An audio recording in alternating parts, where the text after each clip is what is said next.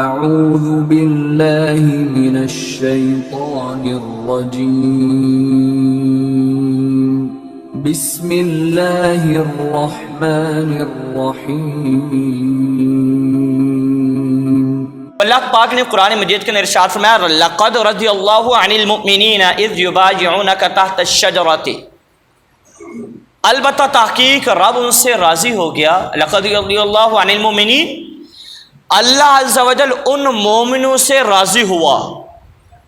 اذ یبایعونک تحت الشجرۃ، جنہوں نے اے محبوب آپ کی بیعت کی درخت کے نیچے۔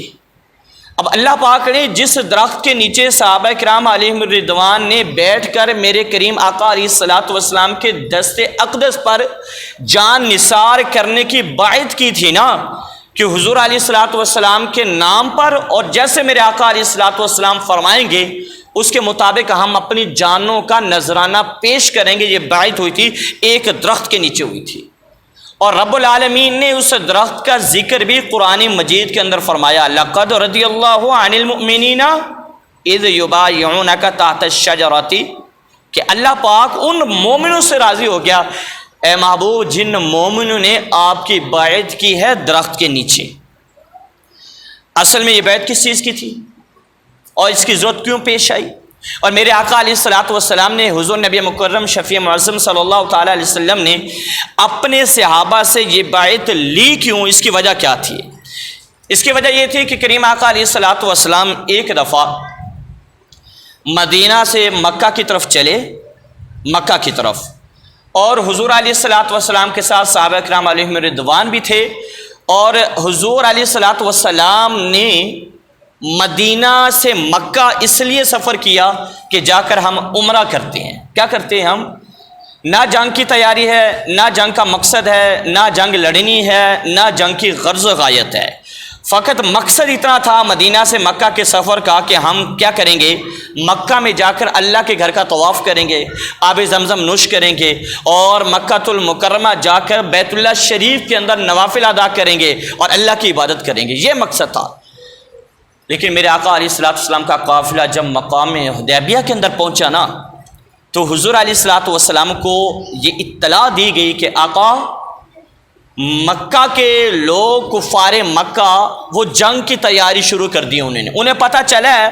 کہ مسلمانوں کا لشکر مدینے سے مکہ کی طرف آ رہا ہے، تو انہوں نے جنگ کی تیاری شروع کر دی ہے۔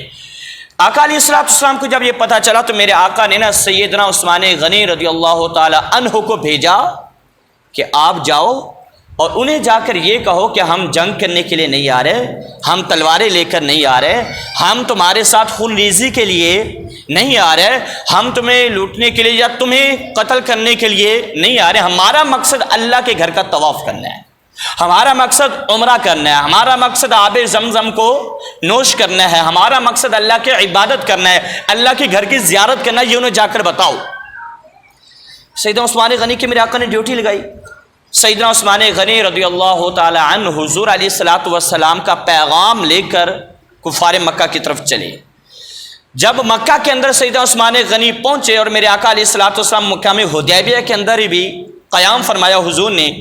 تو مکہ کے اندر جب عثمان غنی پہنچے تو عثمان غنی نے جا کر سارے کافروں کو بتایا، لوگوں دیکھو کہ میرے آقا علیہ الصلوۃ والسلام ہمارے نبی مکرم شفیع معظم تمہارے ساتھ جنگ کے لیے نہیں آ رہے، تلواریں لے کر نہیں آ رہے، اور اپنے فوجی لے کر نہیں آ رہے کہ تمہارے ساتھ لڑائی کریں، میرے آقا خود بھی آ رہے ہیں، اپنے صحابوں کو بھی لا رہے ہیں، صرف اس لیے اللہ کے گھر کی زیارت کی جائے، اللہ کے گھر کا طواف کیا جائے، عمرہ کیا جائے۔ انہوں نے سنا، سیدنا عثمان غنی رضی اللہ تعالیٰ عنہ کو یہ بیان سنا، آقا علیہ الصلوۃ والسلام کا پیغام انہوں نے سنا، تو کہنے لگے عثمان تمہیں اجازت ہے، تمہیں ایک بندے کو اجازت ہے کہ یہ مکہ کے اندر تم پہنچے ہو تو بیت اللہ شریف کا دروازہ کھلا ہے، آب زمزم موجود ہے، اور بیت اللہ شریف کیا ہے، یہ بھی ہے، اب تم چاہو تو عمرہ بھی کرو، تم چاہو تو زمزم بھی پیو، تم چاہو تو بیت اللہ شریف کے اندر بیٹھ کر کھڑے ہو کر نوافل بھی پڑھو، تمہیں اجازت ہے، لیکن تمہارے نبی کو اجازت نہیں ہے۔ تو عثمان غنی نے کیا کیا؟ عثمان غنی نے جب انہوں نے کہا کہ تمہیں اجازت ہے تم عمرہ بھی کرو، تم زمزم بھی پیو، تم بیت اللہ شریف کی زیارت بھی کرو، تم بیت اللہ شریف کا طواف بھی کرو، جو دل چاہے کرو، تمہیں اجازت ہے، لیکن تمہارے نبی علیہ الصلوۃ والسلام کو اجازت نہیں ہے۔ عثمان غنی نے کمال جواب دیا۔ عثمان غنی کہتے ہیں کہ تم میرے آقا کو اجازت نہیں دیتے تو میں اس وقت تک عمرہ نہیں کروں گا جب تک میرے آقا عمرہ نہیں کریں گے، میں اس وقت تک آب زمزم نہیں پیوں گا جب تک میرے آقا آب زمزم نوش نہیں فرمائیں گے، میں اس وقت تک طواف نہیں کروں گا جب تک میرے آقا طواف نہیں کریں گے۔ کیوں؟ اس لیے کہ باخدا خدا کا یہی ہے در، نہیں کوئی اور مفر مقر، جو وہاں ہو یہیں آ کے ہو، جو یہاں نہیں وہ وہاں نہیں۔ فرمایا کہ اصل تو حضور کی محبت ہے، وہ کیسا طواف کہ طواف تو ہو لیکن بیت اللہ شریف کا والی نہ ہو، ارے وہ کیسا عمرہ جس میں عمرہ تو ہو لیکن رسول اللہ نہ ہو، اور وہ کیسا طواف جس میں طواف تو ہو لیکن میرے آقا نہ ہو۔ عثمان بھی ایسا عمرہ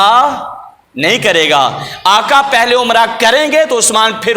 یہ حضرت عثمان رضی اللہ تعالی عنہ کی محبت تھی میرے آقا علیہ السلام کے ساتھ۔ انہوں نے کیا کیا؟ اس کے بعد جب حضرت عثمان غنی نے یہ جواب دیا نا تو انہوں نے سیدنا عثمان غنی رضی اللہ تعالی عنہ کو مکہ کے اندر روک لیا، واپس نہ آنے دیا۔